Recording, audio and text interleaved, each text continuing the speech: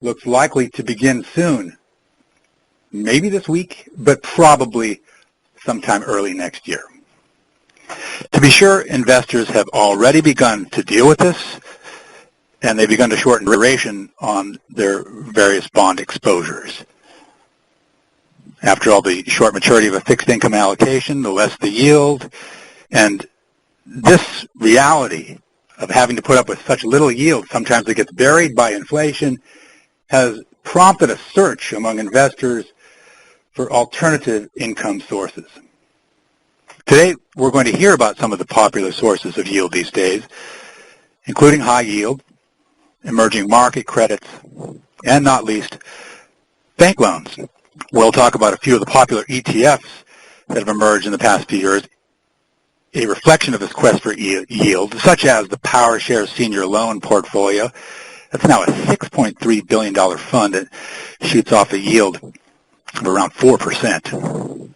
Not least, we will also be focusing on an ETF that AeroShares brought to market in the spring of 2012. It is the AeroShares Dow Jones Global Yield ETF. It trades under the symbol GYLD.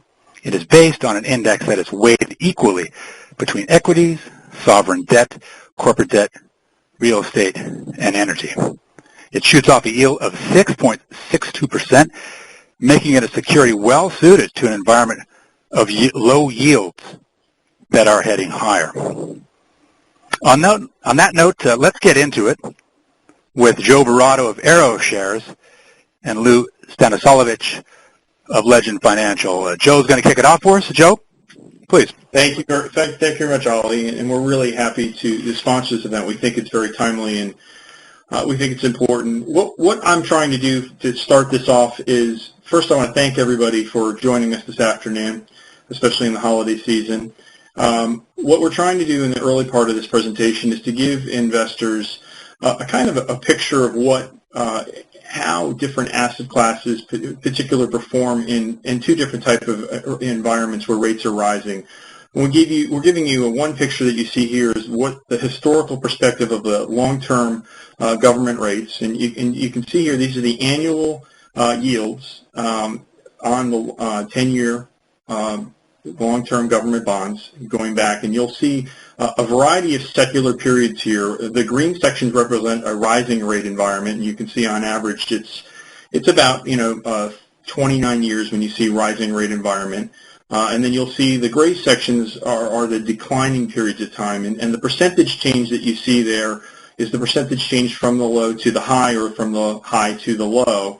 And you can see that over the last 31 years, the long-term rates have dropped about 87% from its high of about 14% to its low to about 1.51, and that was around.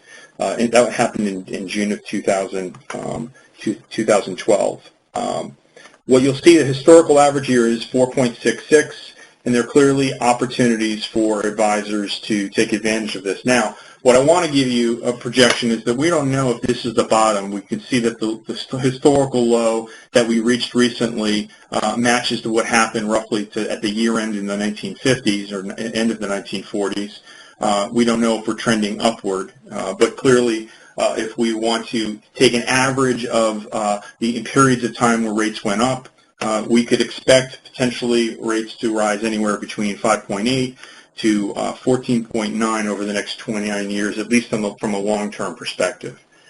This next slide, what we did was we took the same long-term rates, but we used the monthly returns this time to kind of narrow down to these periods of where you'll see the movement of the long-term rates on a month-over-month basis. In a rising rate environment, you can see long-term bonds significantly underperformed the equity market, which was about on average about up 10.27 over in this rising period of time. Long-term bonds were up 2.7. In the falling environment since 1981, you can see long-term bonds were up 11.7. They outperformed equities, and inflation is slightly lower in this period of time and higher, obviously, in the rising rate environment. Since July of 2012, long-term bonds have been down about 9.3, where equity markets have been screaming and inflation has been somewhat muted. I certainly don't know if this was the bottom, but what we'll be able to show you in a second is that we think some of the trends will help you understand a little bit about this. Actually, before I go to this slide, what I want to also talk about is in a rising rate environment and even in a falling rate environment, you have secular opportunities. Tactical opportunities to take advantage of the rising rates and the declining rates in those periods of time.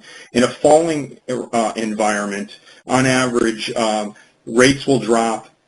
In this particular period, there were 7 periods of time where rates dropped, and on average, they dropped about 2.3%, actually 4.10%, and rose about 2.3%.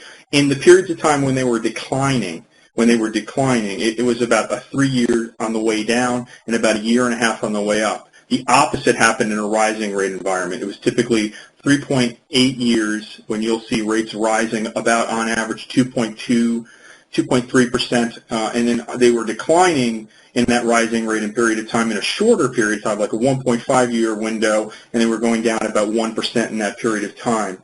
This next slide will actually illustrate the tactical opportunities that happen for advisors with long-term bonds and equities.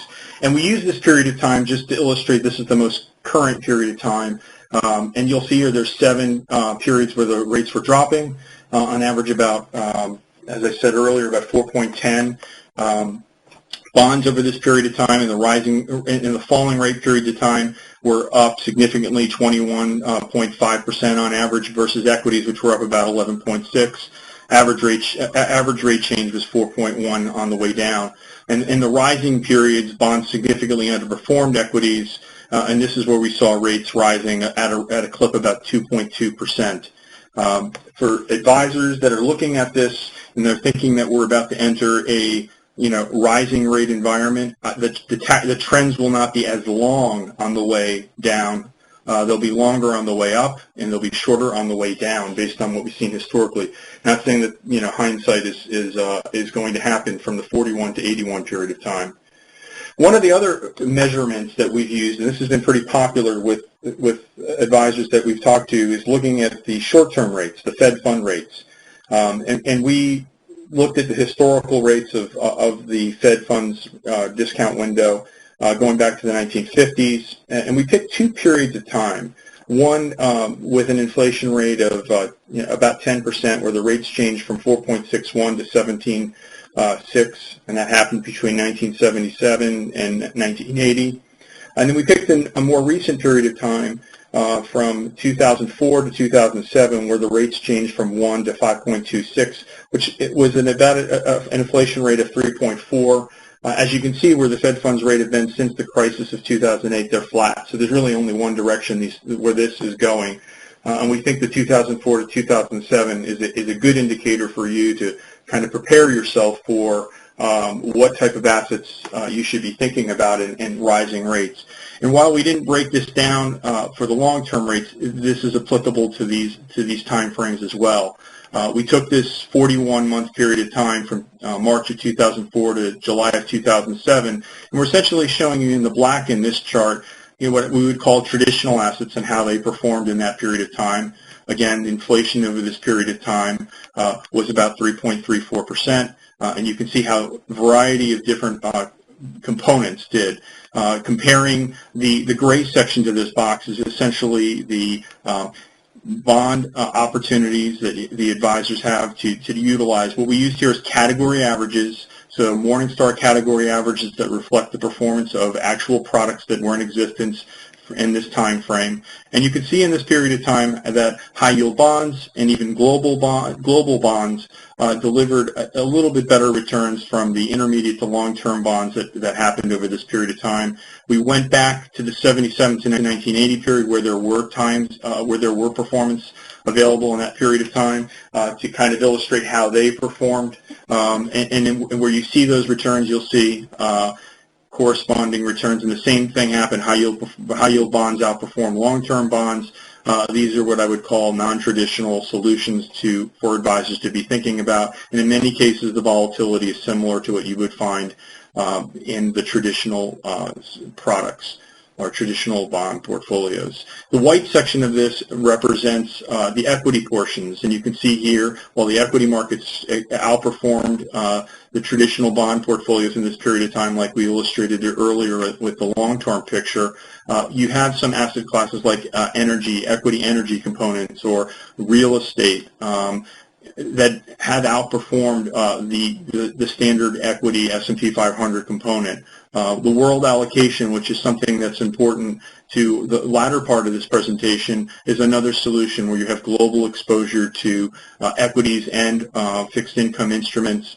And you can see here it offered in some cases, a better solution from a diversification perspective. You would expect lower risk in those scenarios. One other note, you'll see that equity, energy, global real estate, and real estate are black in the 77 to 1980 period. We did not have category averages for that period of time. What we used were corresponding indexes that moved very close to those components.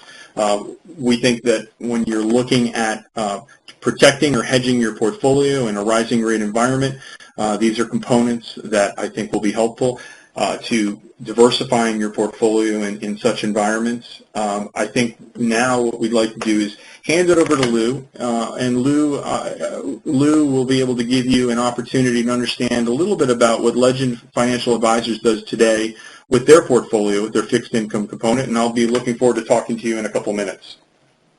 Lou, it's all yours. Thank you, Joe. Today we're going to kind of go through a few basics here. First of all, we have a number of fixed income categories on the left-hand side, and there are three major risks that affect bonds, okay? And obviously interest rate risk is the one we're talking about today, but we mustn't forget about credit risk or currency risk in the other two categories and how they're affected. The 3 stars means they're most affected by that particular risk.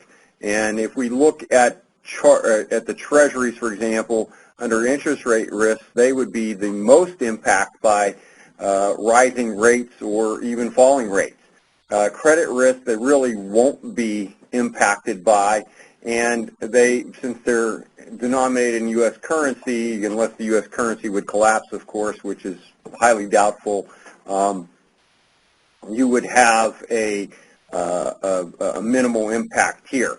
When we go down to government agencies, since they're very similar to treasuries today, and in fact the government agencies have implied backing as of right now. That could change. Well, they have stated backing, excuse me. They normally have implied backing, but that changed a few years ago. Corporate bonds are somewhat impacted, or pretty impacted also by interest rates. Then you have some credit risk here, and again, because they're U.S. denominated securities, you don't have any currencies issued.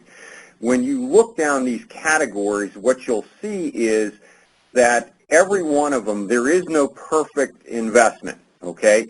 And this requires the time that requires changes in your allocations. For example, if your main concern today is interest rate risk, obviously you want to stay away from those and favor categories such as the leveraged loans, or bank loans as they're known, that have adjustable interest rates. Okay, in fact, you'll find out that that's in later slides here that this is one of the most attractive categories. Also, developed foreign country is minimally impacted by rises in U.S. interest rates. However, they somewhat follow it in a loose type environment, but you do have currency risk in that particular category. Emerging market debt is another one, particularly if there's different types of bonds in emerging market debt, and a lot of folks don't understand this, but in emerging market debt, some are denominated in U.S. dollars, some are denominated in what is called sovereign currency, meaning their home currency. And in emerging market debt, depending on which one you have some impact. For example, this is kind of a neutral stance over here. If you have them impacted in or denominated in their home currency, this emerging market debt is going to be largely affected by currency risk. However, if they're denominated in dollars, currency becomes a really non-issue. So, emerging market, you need to take a look at it, and we'll talk about this a little bit more later. Another one that appears to be somewhat opportunistic or there is high yields. Obviously, because of their higher yield, they have a smaller amount or a lower duration than a similar maturity high-grade corporate bond because the yield is just simply higher. You get your money back faster.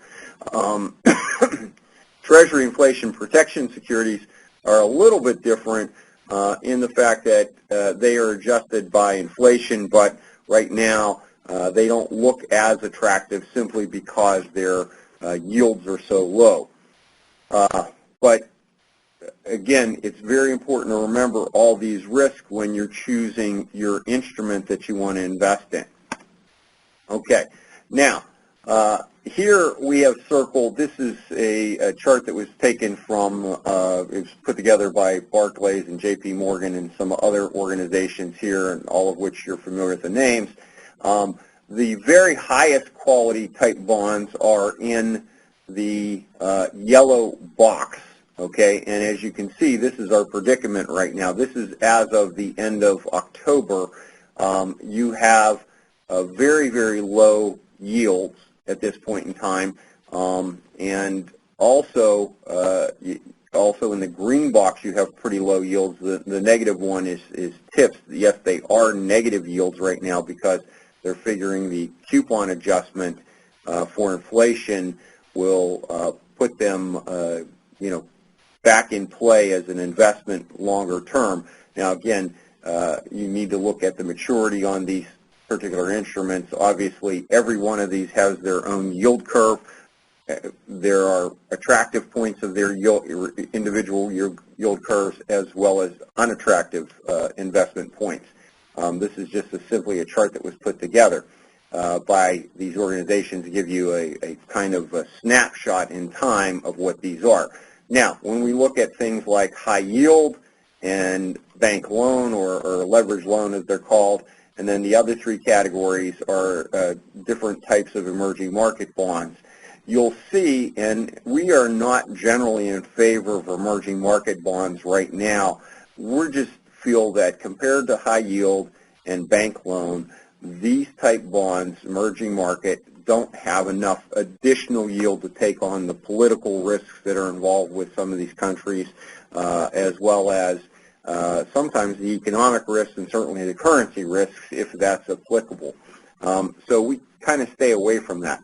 Where we are favoring these days, probably to the tune of 40 or 50% of our portfolios are in bank loans and high yield or other type securities that aren't really even on this type of chart here, and those could be, for example, non-agency mortgages with high credit scores, which sell at substantial discounts to par these days. There are actually mutual funds that do that kind of thing.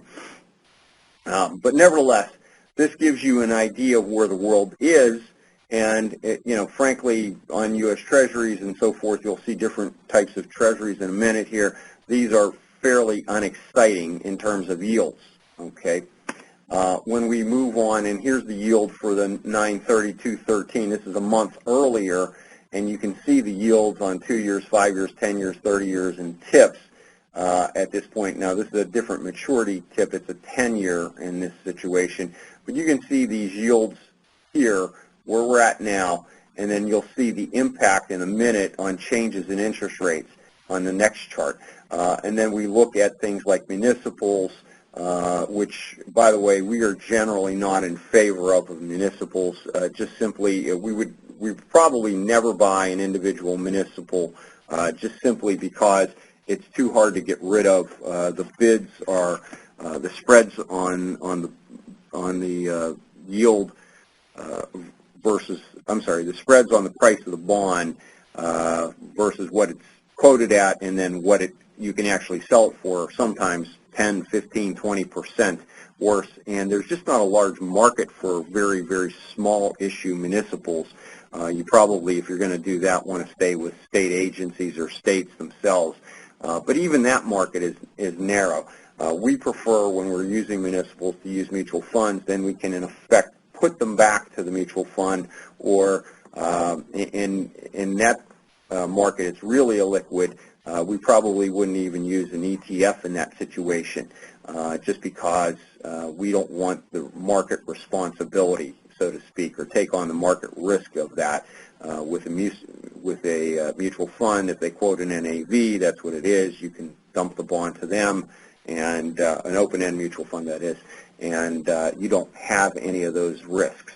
Okay, now some of these others, you can see they're obviously, we generally don't look at convertibles as being a fixed income type investment, just because it has so much equity-like exposure, and then also the again, floating rate. I'm not sure where they got this number from, a 1.23 yield. They're much higher than that, as we saw in the last chart. In any event, if you look at the next chart, which the gray is if rates rise by 1%, okay, this is the loss impact on bonds today. And as you can see, while the 2-year and 5-year are not horrible in this sense, when you start getting out to the 10 and the 30-year, it does become very problematic. And remember what those yields are. They're pretty low for 2 and 5-year bonds right now. And as I said, TIPS, basically you get the inflation adjustment at best, so that means you're going to break even with inflation at best today, and then you're going to be taxed on it. Hopefully, though, you put it in an IRA or something on that order. Floating rate bonds, as I said, this is a little strange just because of the yield on the previous page, but you can see what kind of impact these have. Oh, yes, forgot to mention the 30-year Treasury is a 20% loss impact. Now, if you notice on the positive side, now rates, if they should drop 1%, we'll show an actual illustration of what happened recently. Yes, we can end up with positive returns from these, but I think most people are focused on what the negatives are and how you can minimize that. Let's go to the next chart. These are actual ETFs. If you notice here, we had from the period May 2nd of this year to September 5th, rates rose from 0.84% to 1.85. That was 5-year Treasury rates. Here's the impact, obviously, on the downside of some of these categories. In the blue, actually, floating rate was slightly positive, and the market vectors, investment grade, it was up 0.03. It was the only one that was positive. The 20-year Treasury actually lost 16% during that time frame. And this is what I was saying about the emerging markets. We don't like those for that reason right there.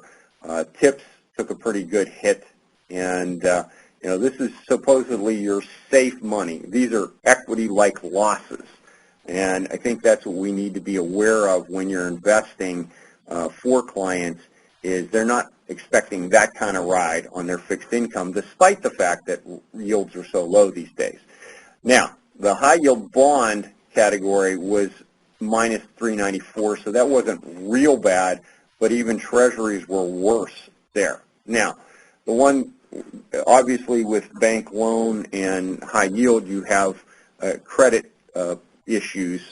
They could be impacted a lot by credit, and obviously, you would not want to be in those types of bonds when they start to sink, or stay in them anyways.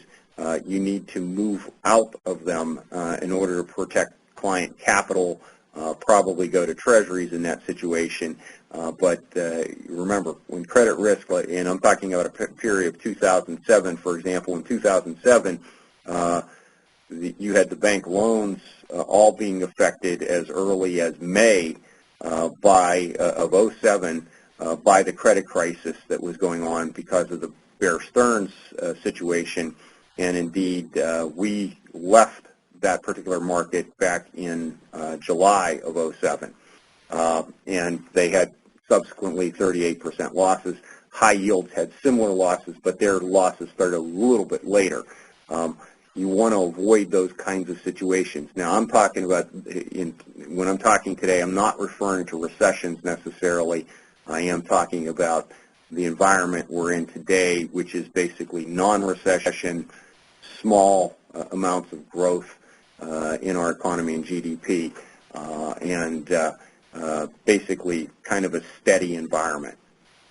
Okay, now, what happened on September 5th? Well, we had rates rise. This is through 11/8,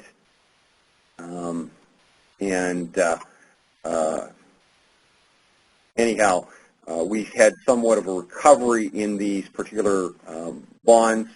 Okay, 0.31% in bank loan, and remember, in order to determine what you actually did in a total return time frame, you have to add the bonds, what happened during the increase, or in this case, when the increase of rates occurred in the summertime, and then the decrease in rates since then. You're looking for a total return, so you really have to add the two together to give you an idea, and quite a few of these are still in negative territory. Okay, now, as Joe illustrated earlier, okay, this period from 1946 to 1965, long-term treasuries, the total compound return per year was 1.71%, okay? That was basically inflation, okay? Now, let's not forget, during the 50s and even starting in the late 40s, we had really high tax brackets. Tax brackets were as much as 96%. So that was a really awful time to be investing. You had, basically only slightly positive real return. Actually, had negative real returns when I think about that. And it was obviously a period where you're not going to earn fantastic returns. We expect something, a similar scenario to this over the next 20 years. I think Joe said the average increase in rates lasted 29 years.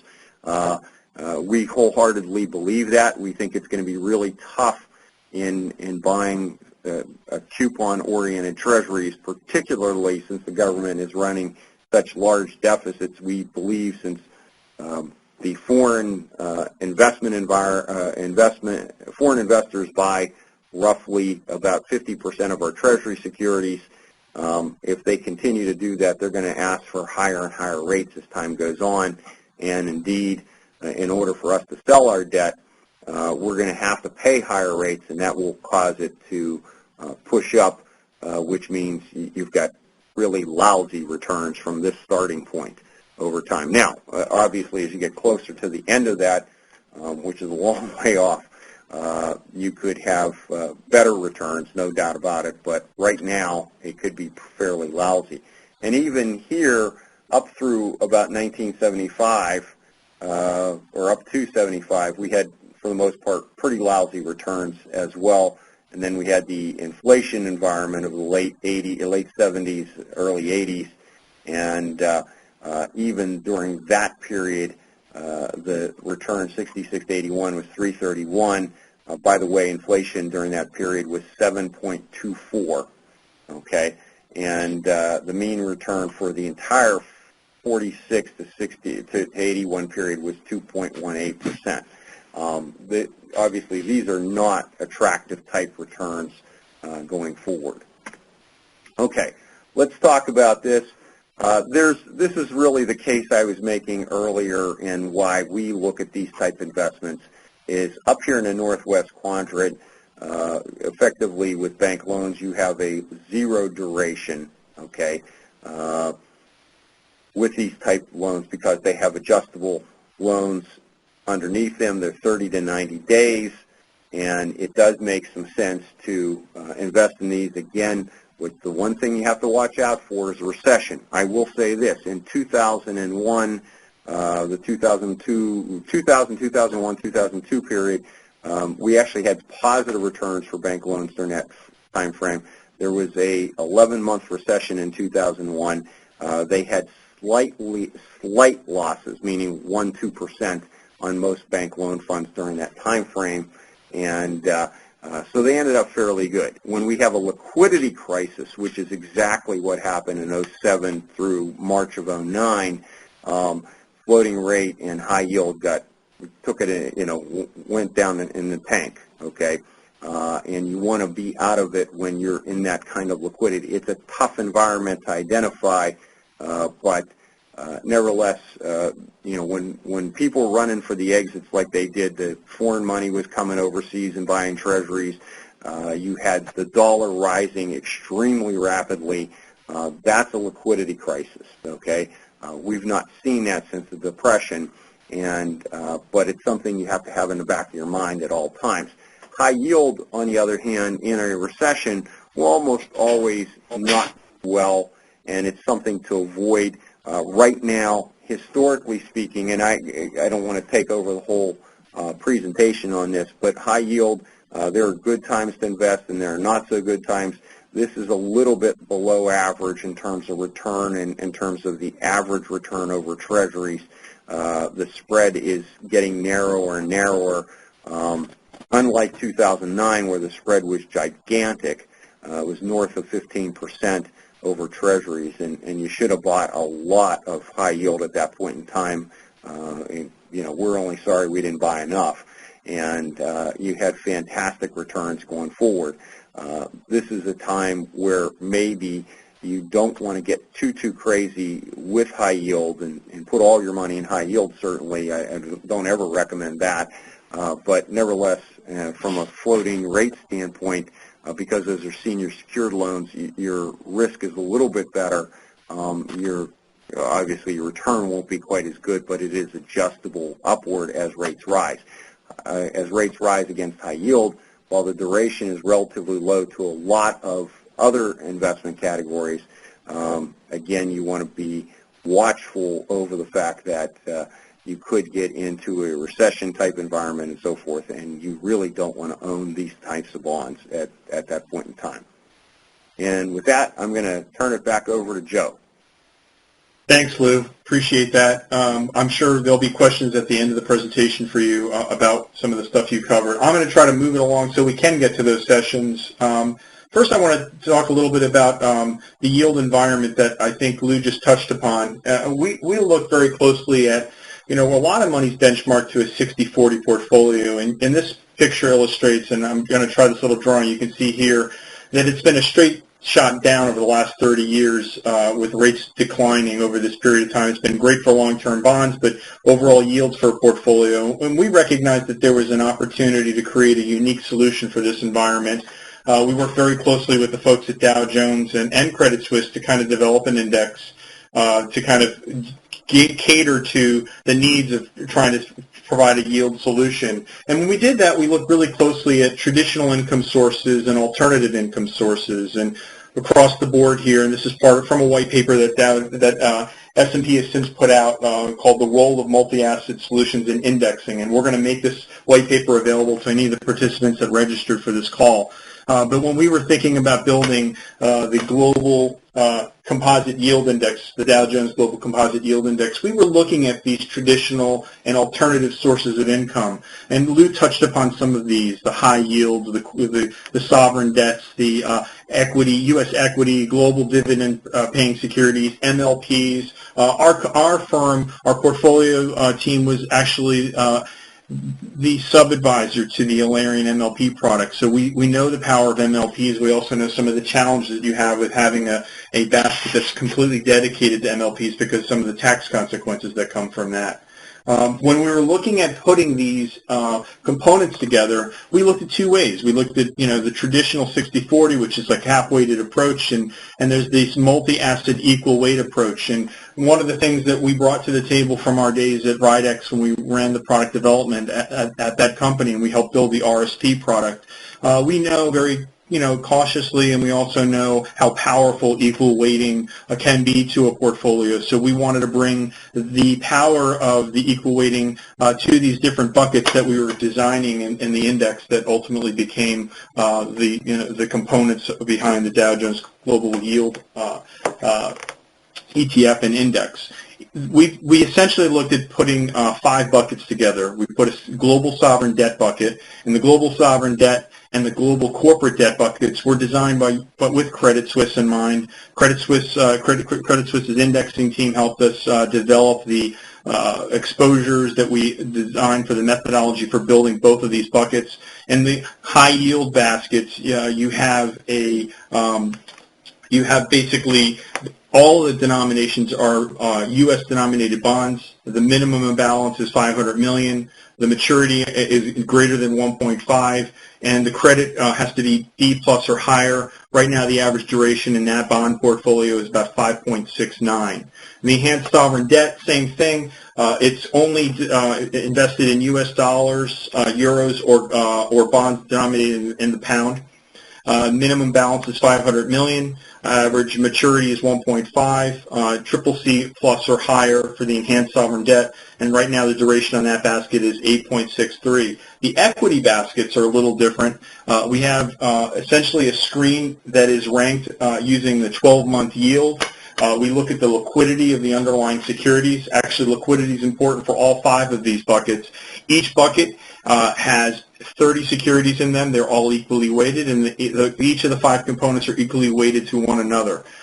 There's an indexing methodology document for each one of those buckets. The process is repeated on a quarterly basis. There could be a casting out process, and we can happily go over that with anybody that's looking to understand not only the structure that we went through in designing this. We were also very cautious and understand in this design to make sure that it was very liquid. And even as Lou indicated earlier, when we went through this tough liquidity crunch a couple of months ago, this product really did not have any issues with with either getting money into the product or out of the product for those that were leaving. I touched on some of this a second ago. Again, we would love to give advisors the opportunity to talk with us. There's a quality screen process that we put through on this. The methodology is logical, and it is really designed to avoid some of the problems that you're going to find with interest rate risk, foreign rate risk, and even credit risk. All of those things were designed and were in mind when we looked to build this out. I indicated a second ago that there's a casting out process for the design of this. And when we put it all together, this was really the power of what we saw. You can look today where yields are, and we know they're in the 6-month period of time, or the 1 to 3 year time frame. There's about $8.3 billion, over $8.3 billion in one particular ETF, and the 7 to 10 year there's about 3.5, and we know that they're in the long term there's about 2.4. Those are all yielding pretty, I would say, pretty pathetic yields relative to the historical averages that we saw, about 4.66. Each of the buckets that you see here, the global equity, the real estate, the alternative, the corporate and sovereign debt, are robust yields, and we think the power of pulling these all together, there's another benefit which we'll get to in a second, but the most important benefit was it was designed with trying to put a high yield basket in play for the advisor to kind of use this as a tool. When you put these together, here's a picture of the 5-year averages. And I want to highlight something that I think is pretty easy to understand the power of equally weighting. When you think about like global real estate. So global real estate on average in this period of time, if you looked at a traditional global real estate fund, whether it's an ETF or you're looking at a mutual fund, in the same time frame, the average global real estate was up about 6%, which is around here, with a risk of about 25%. So they were right around here. And you can see here our global real estate component, or our basket, has significantly more volatility, but also much more return. And a lot of this has to do with the concentration risk of the portfolio. Here, the global real estate baskets that you see here, they have 100 to 300 securities in those baskets. So the ability to increase your risk has a lot to do with the concentration, and that happens in each of the 5 components. You can try to build this on your own with ETFs or mutual funds for each of these 5 components, but the reality is no one's really got these consolidated baskets that we have, whether it's the corporate debt or the global MLP basket and the global equity basket or the sovereign debt basket. And as you can see here, the global yield average is a little bit more from a volatility perspective over the S&P 500. Also has the same volatility as the long-term bonds, which you'll see right here, which we'll get to in a second and why we think that's a valuable diversification tool. And here is a diversified high yield matrix that shows the performance of the index over time. This is something that is very popular when you're trying to show sector rotation. It's the same thing here. We never expect this index to be at the top. We want it to be middle of the road. This is a diversification tool. You're going to obviously have periods of time when alternatives are running, corporate debt's running, or sovereign debt's running. Our game plan here is we don't want to figure out where to be, and it's very hard to identify when you're at the top, just like unless you have back-to-back years like technology. But in this particular case, we've provided a core solution for you, and over time, we expect it to deliver those returns. Even the S&P 500 up 29% this year. Comparing that to previous years, you've got a wide variety of different returns here. Here, you've got this consistency being across the board. Earlier in this presentation, we talked about rising rates, and what we did for this particular presentation, we wanted to show you a rising rate in period of time where we had historical data on each of the components. Again, the black represents the traditional traditional portfolio of the S&P, the 60/40. You can see here this is an inflation period of a 3.65. From our perspective, what we want to show you is the individual components. While we talked about the global yield composite as part of the world allocation, you can see up about 14.43, where the yield composite over this period of time is up 21 with a very low risk. In some cases, lower than the S&P 500, and somewhere in between on the Lehman aggregate, similar to that picture we showed a second ago. But also the components, there's some real power in some of the components. Comparing it to world stocks, and you have the world stocks over here. Again, the power of the global real estate when you have the basket of the basket of securities that are more narrow, with 30 securities. You have that power that comes through. But the real power of this portfolio is when it's all blended together. That's where even though you get some very volatile components, you also have the blending together creates this low risk opportunity. How is that done?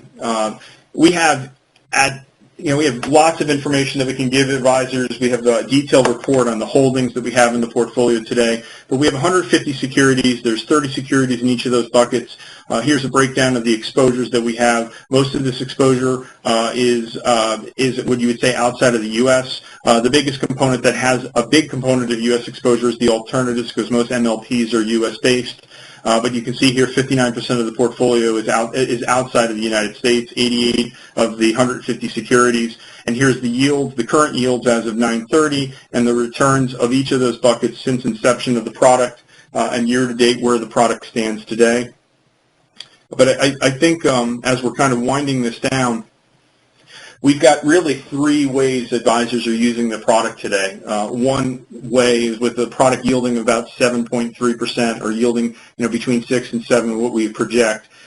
We see advisors hedging out the market risk by blending it with an inverse strategy or with derivatives. The more sophisticated institutions that we talk to kind of take out that market risk and try to generate something that's giving you a high yield with a very low risk. A bond replacement tool, we're going to talk about that in a second as a blending opportunity. I think one of the most interesting ways that I've seen people using the GYLD product is they're blending it with long-short or market-neutral strategies as a blend to kind of replace a bond portfolio altogether. They want to take that completely out of the mix. And we think, as we started off this presentation, we were talking about the bonds, and Lou indicated the type of environment that we could be headed in, and I said earlier that the rising rates, when we could be in a rising rate environment for anywhere from 29 to 40 years, depending on what your historical perspective is. We think that one way to look at this is blending these with short-term bond portfolios, even long-term bond portfolios, and there's some real benefits from doing that. And one way to enhance your bond portfolios or enhance your yields to your bond portfolios is take the 7 to 10 year bond portfolio. 7 to 10 year bond portfolio is about $3.5 billion today in AUM, and a couple of key ETFs that are out there over that. And here you can see that if you add about a 30% weight to GYLD, you can you can increase your yield by about 1.67, but at the same time you can lower your duration. You can lower your duration by 1.49. So the opportunity here for advisors is you can lower your duration and increase your yields, and it becomes a great diversification tool and a great hedge for your bond portfolios that you have today. If you're not looking to get out of them, we can take a look at this picture where we know there's been two rising rate, and earlier we talked about the tactical opportunities that happen for rising and falling rates. Well, from June of 2006 to November of 2003, there were basically two rising rate periods and there were two declining rate periods. Over that period of time, we saw rates increasing. We saw rates increasing about 1.6 and 1.3%, and going down 2.9 and 2.3% over those periods of time. Here you can see the historical perspective of how bonds performed over that period of time and how equities performed in a 60-40. But what I want to show you is this opportunity when you blend a Treasury 7 to 10 year portfolio with the GYLD component. A 10% increase will not only enhance your returns, but also lower your volatility all the way up to 30%. And here's an opportunity, a 30% increase, as I think I stated earlier. Your yields today for 7 to 10 year bond portfolio is 1.73. The 30% increase to GYLD or 30% allocation to GYLD, you can increase your yields to 3.4%.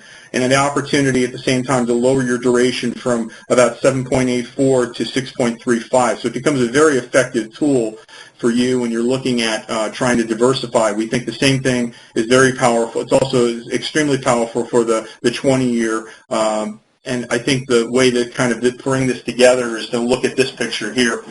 And this particular picture here, it shows you in a 20-year bond portfolio when you're seeing rates rising over this period of time. Again, we're going from June of 2006 to November of 2003.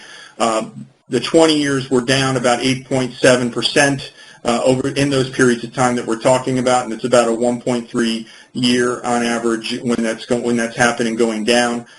You can see on the falling periods of time, it's up 19.8. But the key here is that when you're down 8.72, a 20% allocation to GYLD can flatten those returns. But more importantly, while you might be slightly underperforming the 19 that you would have if you were in those bonds, you don't have to worry about guessing about when you should be in one versus the other.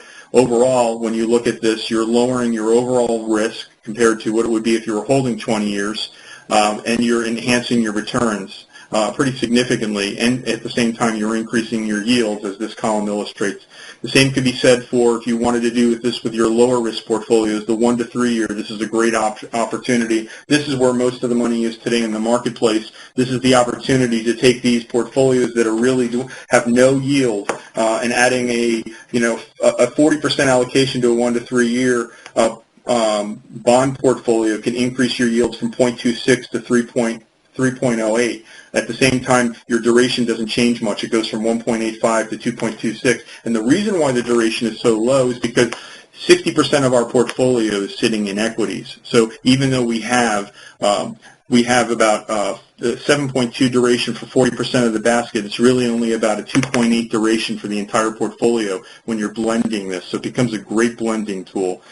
I'm going to open this up for questions, but the key for us today is that if you're interested in learning more about this, we have a portfolio team, and we have our product development team that is very open to having conversations with you to help you understand how to get in and out of the product if you're looking to buy, or as many advisors, they always want to know how they can get out effectively, and we want to help advisors understand that. So with that said, I'm going to show these disclosure slides slowly, and I'm going to hand it over to our good friends over at IndexUniverse to open up the question session. Thanks, Joe, and thanks, Lou. Unfortunately, we don't have a whole lot of time, so I'm going to get right into it. There's certainly try to make this first answer very succinct if you can, Joe, just to keep it moving. Does ArrowShares publish the duration of the bond portion of the portfolio anywhere? We have a document that makes it available. So we have this thing called Portfolio and Benchmark Analytics. So anybody that wants the information, we can make it available. But right now, we do have that in a document. It's not anywhere on our website, but you can also get this information from us directly. As I said earlier, the duration on sovereign debt is about 8.3, and the duration on the high yield bucket is about 5.69. Together, it's 7.2, but when you think about the overall portfolio, it's 2.88. Got it. As long as we're talking about duration, let me give you one really quickly, Lou. Is there a spot on the yield curve right now, whether we're talking about the high yield curve or the emerging markets sovereign yield curve? Is there a spot where you think it's sort of optimal? I hear a lot of talk about like the 3 to 7 year range. We've seen some creations on certain ETFs during the year, that sort of cherry picking that part of the yield curve. What's your perception there to the extent that you will travel in these bond markets and there are dangers with regards to interest rate risk? What is the optimum part of the yield curve at this time? Well, yeah, I don't think there's one answer to that. I think it depends upon the that particular bond market, so to speak. Just like there's, for example, TIPS are very different than high yield. And so, there's no straight answer to that is what I'm saying. I think you have to look at the yield curves yourselves and as individuals, as advisors, and determine what would be optimal from your standpoint, and then try to find an investment product that lines up with that thought process, and then obviously recommend it. So is it safe to say that the value of the curve is generally where you want to be looking? Because obviously you don't want to be on the look on the short end because you get buried by inflation. You don't want to incur massive interest rate risk way out on the far reaches of the curve. I mean, in a general sense, is it like 3 to 7? I mean, if you wanted to say a general statement, I think you stay shorter, frankly. So what, you let yourself get buried by inflation if you're going to err in one direction, is what you're saying? Well, that's exactly what I'm saying. That's why we're looking at things like bank loans and so forth. Understood. It has Understood, yeah. duration with a higher yield. Got it. Commodity. Okay, Joe, as long as we're talking about some of the risks here in the bond market, can we talk about your ETF GYLD for a moment? You may want to bring in, I think you said your colleague Ray Amani might join you, a product specialist there at AeroShares. Let's talk about the underlying liquidity of the components of this equal-weighted portfolio GYLD. Can you speak a little bit to what the risks are, where there might be some kind of a dislocation, where you might see the product trading at a premium, or if there's some difficulty in actually pricing the underlying? Can you speak to that, especially on the bond side, actually? Yeah, I think that's really important because I think as we start seeing copy. Do I still have Joe? Can you hear me? Hello? Hello? Joe? Yeah, I'm here. Hopefully you can hear me. You were patched out, but you heard the question, yeah? Yeah, absolutely. So what I will tell you is when you think about the copycat products that are kind of coming out into the marketplace today, a lot of these are utilizing other ETFs where we have designed this basket really with liquidity in mind. A lot of the subcomponents of the product are individual indexes, and it was really important for us that each of the individual baskets had the ability for us to trade and be able to get instruments that were highly liquid, $500 million in issuance, no Reg S, no 144A securities, which create problems. So those were keenly something that we were aware of. We have not really had any issues trying to get out any of the buckets when we traded, even when there was an MLP crisis earlier this past summer, and we saw a liquidity push on some of the instruments there. We had some redemptions on our product, and we were able to get people out of the product, and there was a great buying opportunity for advisors coming in. The discount that you'll see, and in some cases the premium you'll see, has a lot to do with the components of trading foreign-denominated securities. I just hate to say this, that, the market specialists prefer dealing with instruments that are U.S.-based. So this product has foreign-based securities in them, and there's some challenges that come with that. But the key for us was that when we built the underlying components with the index providers, Dow Jones and Credit Suisse, we made sure that those components were very liquid. In many cases, they were denominated in U.S.-based instruments. So what I would say is anybody that's interested in coming in, we have a team here to kind of walk them through the process. We have many market makers and specialists that are lined up and ready to help the advisors. Putting a market order in is something that I would not do, because if you're going to submit market order, you're going to probably not get the price you want and a good entry point coming in. The same could be said coming out. So the key is when you're coming into a product like this, you want to work with our capital market team to kind of help work them into getting a position in the product. And then when you're ready to even come out of the product's designed to be liquid for you to come in and come out. Thanks a lot, Joe. That's about all the time we have. I'm sorry we don't have time for more questions. It's always good to hear what our audience wants to know, and thank you for those few questions that have come in and that we had time to ask from the audience. So that concludes our Expert Series webinar, Yield Generation 2.0, Finding Yield in a Rising Rate Environment. Joe and Lou, I want to thank you for being my guests, and I want to thank the audience for attending and for the questions as well. Again, as I said earlier, the presentation will be available to all of you in 24 to 48 hours, and you will receive instructions on how to obtain it in an email. So on that note, on behalf of Joe and Lou, my guests from Arrow Funds and Legend Financial, as well as all my colleagues here at IndexUniverse, I'm Ollie Ludwig, wishing you all a very pleasant afternoon. Thanks, Ollie. Thank you.